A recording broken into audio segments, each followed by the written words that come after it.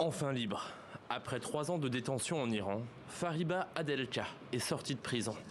Ces derniers jours, les manifestations de soutien pour la scientifique franco-iranienne s'étaient intensifiées.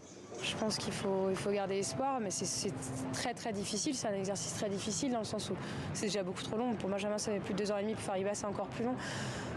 On n'a pas d'éléments sur lesquels s'appuyer pour garder espoir, donc il faut le garder pour eux, il faut le garder pour nous, pour tenir bon. Ça va arriver en fait, ça arrivera, mais c'est très compliqué de tenir bon, clairement. C'est l'enfer pour tout le monde, je pense. Condamnée à 5 ans de prison en juin 2019 pour atteinte à la sécurité nationale, la chercheuse franco-iranienne, enseignante à Sciences Po Paris, n'ira donc pas au bout de sa peine. Sa libération fait écho à une autre, il y a 8 jours, celle du réalisateur iranien Jafar Panahi, après 7 mois derrière les barreaux.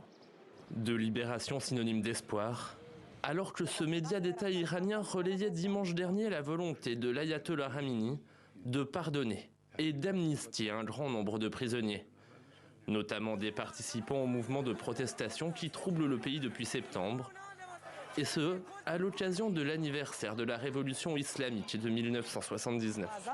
Le guide suprême de la révolution islamique a accepté de gracier et de réduire la peine de dizaines de milliers d'accusés et de condamnés à l'occasion du 44e anniversaire de la victoire de la révolution islamique et du mois sacré de Rajab. Plusieurs dizaines d'Occidentaux sont détenus par le régime de Téhéran.